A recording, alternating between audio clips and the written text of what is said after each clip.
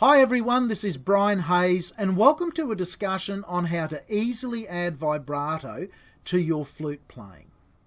Vibrato to me is simply the singing sound we hear when great players on all sorts of instruments bring their instruments to life, and professional singers virtually all use vibrato to give themselves their own signature sound with their vocals. I'll just create a tune on the spot here. I'll just make up a melody, but I'll play it in a singing style.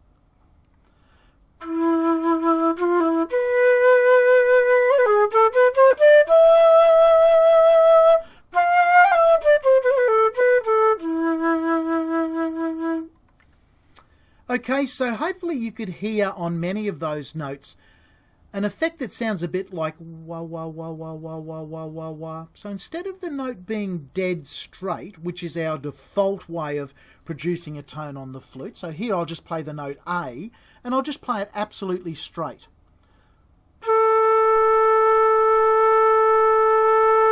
So just a steady stream of air over the embouchure hole. The note comes out with a constant pitch. It doesn't get higher or lower, it doesn't get louder or softer. That is certainly the default way that we play the flute. If we play something like this,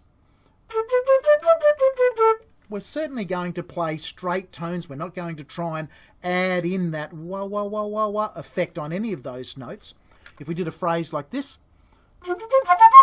it would be just completely impossible to try and add vibrato to that phrase, and it would be musical madness to even attempt it, because we wouldn't sing that rapid fire run of notes there, da da da da da da da. We wouldn't sing that with a quaver in our voice, a quiver in our voice. So I'm not saying that the flute should always play with vibrato. What I want you to do is to learn the technique so that you can apply it in a very natural, very human, creative way with the music, the various challenges that you face in your own music making. So let's look at a simple exercise to help us develop the mechanical means to create that musical end result that we call vibrato. I recommend again that you use a metronome, set it to 60 beats a minute, 1 beat per second. I'll turn my metronome on here. Now for each of those beats as they go by, I first of all want you to say with me the word ha. H-A-H. Ha. Okay, ready? 1, 2, 3, 4. Ha, ha, ha, ha. Okay, so 1 per beat. Let's go again. Ha, ha, ha, ha. Now the reason I'm using H-A-H is ha. It forces our tongue to get completely out of the equation. When we say ha, our tongue stays at the bottom of the mouth, and we definitely don't tongue the note as we play it. What I want you to do is then take that to the flute. Turn your voice box off. Have your metronome run. And for each beat, breath attack the note A on your flute as if you were saying ha. So 2, 3, 4. Okay, my tongue's nowhere near that. I'm just going ha, ha, ha, ha. And what we're trying to do, I guess, is the opposite from our normal approach to starting a note on the flute. We, by default, tongue every note on the flute unless our music tells us that it's slurred. What we've got to do, though, to develop the vibrato effect is instead of the air coming out of our mouth being one constant stream of air, the stream remains constant. There's no breaks in the stream. But there's like a little ripple effect that we have to add on top of that stream, which are the little extra pulses of air that create the wah, wah, wah, wah, wah effect on the flute. The effect is created by just little waves on top of the one big stream of air, creating the pulse effect that we end up hearing as vibrato. And that's all done by our breath, not our tongue. It's not our tongue wobbling in our mouth, creating the little extra bumps, I guess, in the pitch of the note. It's just a slight, gentle, extra push of air. Okay, if we go back to that exercise now and go to quavers instead of crotchets. So now we're going half beat notes. So we're going 3, 4, 1 and 2 and 3 and 4 and ha, ha, ha, ha, ha, ha, ha, ha. So do you get the idea now? We're doubling up. We're still doing breath attacks, but they're now quavers. They're half beat notes. And if we apply that to our flute, it becomes like this. So if we put our metronome on, we're playing quavers on the note A. None of those notes are starting with a tongue attack. Every note is a breath attack. 2, 3, 4. 1, 2, 3, 4.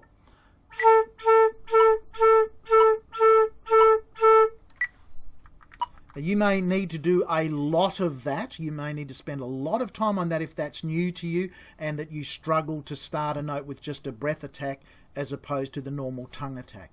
I can't stress enough, I'm not using my tongue at all.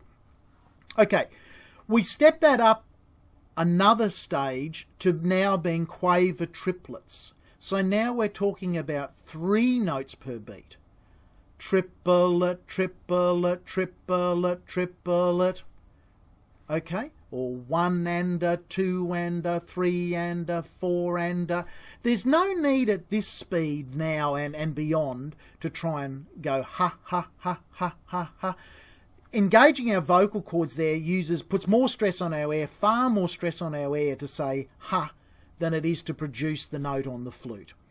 But what I'd like you to do now is, instead of saying ha, ha, ha, is to just don't use your tongue, but push the air out through your lips like this. 1 and a 2 and a 3 and a 4 and a... Okay, so hopefully you can hear that, where there's the only sound coming out of my mouth is just the rush of the air going by as quaver triplets. Of course, we then apply that to the A on our flute, where we're now going to breath attack quaver triplets, 3 notes per beat, 3 A's per beat on the flute, all on breath attacks. 3, 4. 1, 2, 3, 4.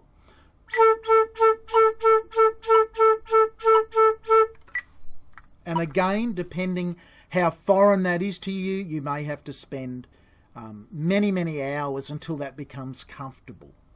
If we step it up one final step now, the metronome is still set on 60 beats a minute. But if we now move to semi-quavers, 4 notes per beat. So this becomes 2, 3, 4.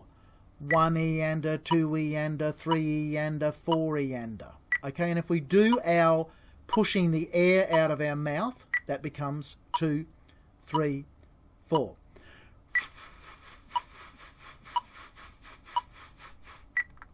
Hopefully you can hear that, but it's just... Okay, no tonguing, all gentle breath attacks, not big, pushes from our tummy, little gentle pulses on top of a constant stream of air. If we apply that to the flute, so semi-quavers, 2, 3,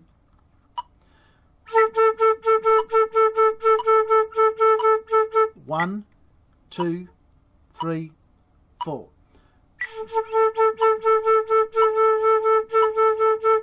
Okay, so you start to get the effect. All breath attacks. What we're starting to get is the idea of being able to vary the little pulses on our breath instead of just the dead straight tone. So if I give you an example again, if I play something like this just dead straight,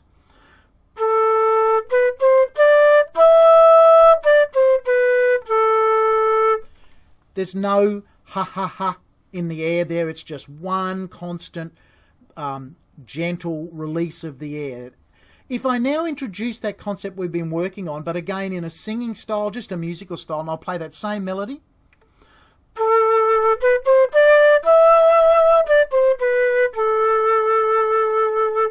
For me, it totally comes alive, and I'm much more interested in playing in that second style than the first. However, as per earlier in this video, there is so much of our playing when vibrato is not required and is not appropriate. If you're playing in an orchestra or playing in a band of some description, you're playing in a woodwind section, there's no indication on the musical score that you're reading to play it in a rubato or a singing style. If your conductor is looking for a particular sound from the woodwind section, a straight sound, well, please don't add vibrato in inappropriately just to show everyone that you can do it.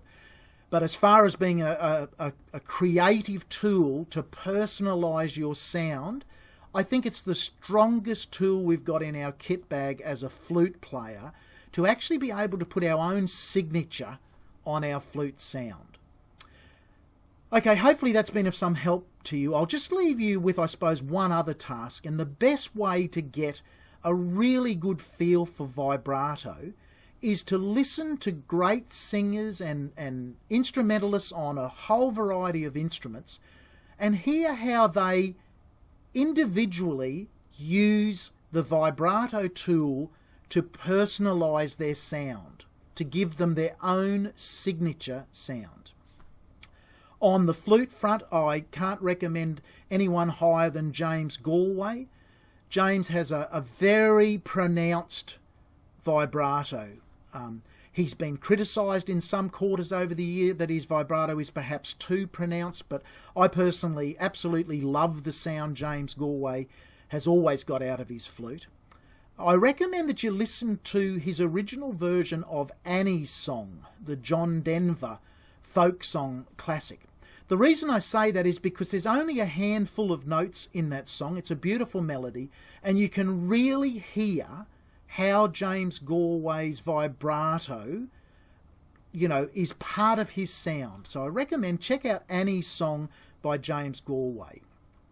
As far as singers go, and I'll just focus quickly on 4 female singers from different styles and different eras, but you'll really hear great use of vibrato in these ladies' voices. So the artistry of Maria Callas, one of the world's greatest ever opera singers. She had amazing control of her voice, and vibrato was a very big part of the sound of Maria Callas.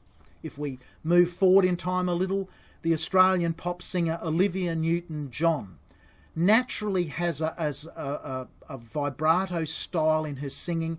If you track down her hit from many, many years back called I Honestly Love You, it was a worldwide hit for Olivia Newton-John.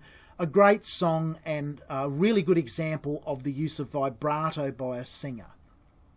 We step forward a little further down the track, and if we go to Mariah Carey's original version of Hero, so right back at the start of her career, the smash hit she had with the song Hero, a very emotional use of vibrato by Mariah Carey as she performs that song, a beautiful song called Hero.